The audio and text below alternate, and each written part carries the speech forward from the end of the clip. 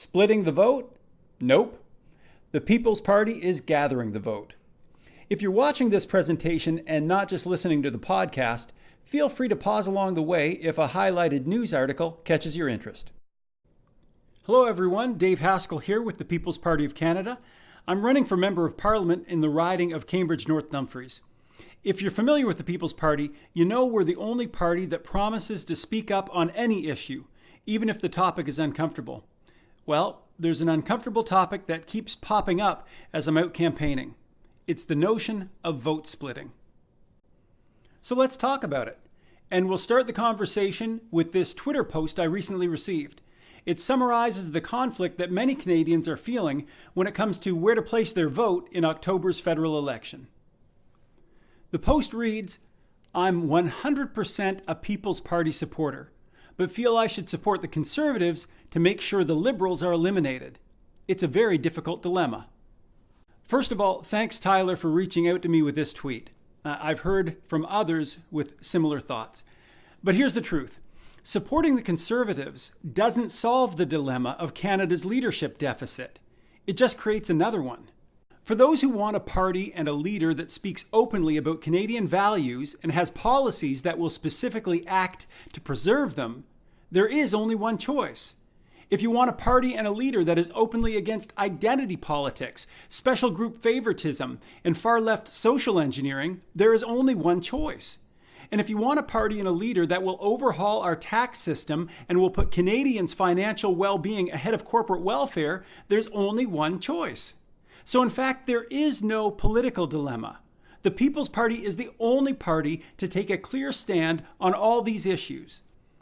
But there is an ethical dilemma. And every Canadian of good conscience needs to do some self-reflection. And at this point, we've reached my first argument for why the People's Party should be your choice. You see, the People's Party allows you to show integrity and follow your values. Here's how a moral philosopher would explain the problem and the solution. If you're presented with two choices and both fall short of your values, it's morally permissible to choose the lesser of the two evils. Scheer's Conservatives over Trudeau's Liberals would be the lesser of two evils. But what if there is an unequivocal good choice put into the mix, as seen with the People's Party? Well, if you're presented with three choices and the first two, to a greater or lesser degree, compromise your values, while the third aligns with them, then the third choice is the clear ethical choice. Because only the third choice saves you from hypocrisy and preserves your integrity. Hypocrisy arises when you say you stand for one set of values, but then you don't support those values when you're given the chance. Integrity is the opposite side of that coin. It's doing what's right even when it would be easier not to. Why is it important to make ethical choices? Because making ethical choices, even when they require more work, keeps your character and by extension society strong and healthy. We've seen our country slide into corruption and dysfunction because our leaders have chosen to do what feels good over what does good, or they've done the expedient thing instead of doing the right thing. That same principle applies to us, the citizens. We need to set an example too. The reason our country is in its current state is because good people have sat back for too long. We've got to learn that the world is run by those who show up. Or put another way, an election is won by those who are willing to work for the things they truly believe in. And that's a perfect segue. So let's leave the topic of why the People's Party is the best ethical choice and move to my second argument. This argument is a discussion of party numbers, specifically why the growing numbers of the People's Party are more likely to bring an election victory than the current numbers of the federal Conservatives. Currently, there are more members of the federal Conservative Party than those in the newly launched People's Party. But even so, that's of little impact. Broken down by individual town and city in Canada, the total number of card-carrying Conservatives is incredibly small. According to the federal Conservatives' own figures, fewer than 1%, only 0.07% of Canadians belong to their party. Put another way, over 99% of the Canadian population are not official members of their party. From that figure, you can see clearly, it doesn't matter if the Conservatives have more members. Votes from official party members do not win elections. There are just too few of them. What wins elections is the passion of those who are committed to the party and are willing to go out and share their passion with friends and neighbors. And in terms of passionate supporters, the People's Party has a tremendous advantage over the federal Conservatives. Evidence shows that the majority of federal Conservative members think their policies are too weak, and so is their leader, Andrew Scheer. Keep in mind, Scheer lost 12 ballots in a row during his leadership convention and only came first on the 13th ballot. That last-ditch win relied on Canada's dairy lobby voting for him as a bloc. They rewarded Scheer with votes after he agreed to let them artificially inflate the price of milk at the expense of average Canadians. In almost every discussion I have with card-carrying Conservatives, they make it clear. They're not working for Andrew Scheer, they're simply working against Justin Trudeau. So they aren't passionate.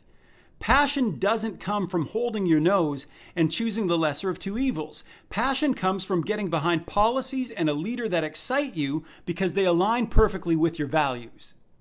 Let me put on my professor's cap for just a second to reflect on some fascinating research about the power of the passionate few. From the toppling of governments in the past to the recent implementation of policies based on radical identity politics, study after study shows that small groups of committed opinion holders can sway entire societies. When the few speak up, speak out, and speak often, they influence the many. And supporters of the People's Party can put that principle into action. Now that's a perfect introduction to my third argument about numbers outside the political parties. Let's look at why the People's Party is better able to reach Canada's numerous political outsiders.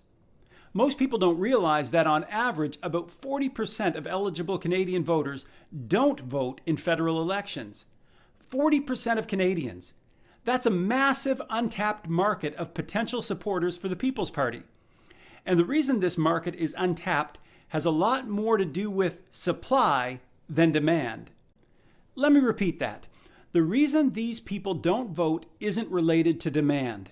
Like so many Canadians, these non-voters have strong political demands. And greatest among those demands is a demand for real, substantial change. But their demand isn't being met because there is a problem with the supply. These non-voters see the political product that the traditional parties are supplying, and they're not buying it. They don't want it. They see it's terrible, corrupt, and ineffective. And they're right. Now imagine what would happen if this 40% of currently non-voting Canadians got a visit from a friend or neighbor knowledgeable about the People's Party and then became informed. Imagine if they learned that there is a new party that can actually supply the change in economic policy and social policy that they've been demanding. Well, we don't have to imagine. We now have examples all over the world of what happens when people learn that a new political party is offering a bold set of policies that will successfully change the status quo. Which brings me to my final argument, showing the time is right for the People's Party of Canada, and it's confirmed by recent elections everywhere. For short, we could call this the evidence from recent elections argument. Truly, there's never been a time in the history of the West when people have been more willing to vote for new parties with strong, clear policies. Voters have watched their communities decline, and they're sick of rewarding scandals and corruption and inaction from the old parties. Any voter loyalty that traditional parties may have enjoyed in the past has evaporated completely. In Europe, parties that just recently came into existence now form governments. The Netherlands and Italy are just two of the most recent examples. In many other European countries, the parties with the fastest growth and support are all newcomers to the political arena. In America, the sudden political rise of Donald Trump to the highest office in that nation was considered completely impossible, according to the commentary and polls of the mainstream media. But we're now in a new political era, and the media often gets everything wrong. Even in Canada, at the provincial level, we've seen that it's been out with the old and in with the new. In Ontario, Doug Ford, unknown to provincial politics, suddenly won the support of a vast majority of provincial voters, despite being the most politically incorrect candidate. He was rewarded for his bravery. In Alberta, the United Conservative Party had its founding convention just last year, and now, in 2019, it's become the government for that province. The CAQ party is now running a majority government in Quebec, having replaced the longtime traditional parties. Times have changed, and those politicians and political parties who are willing to offer bold, clear changes themselves are being rewarded. I started this talk showing that for people who hold conservative or free market values, supporting the People's Party is their best political and ethical choice.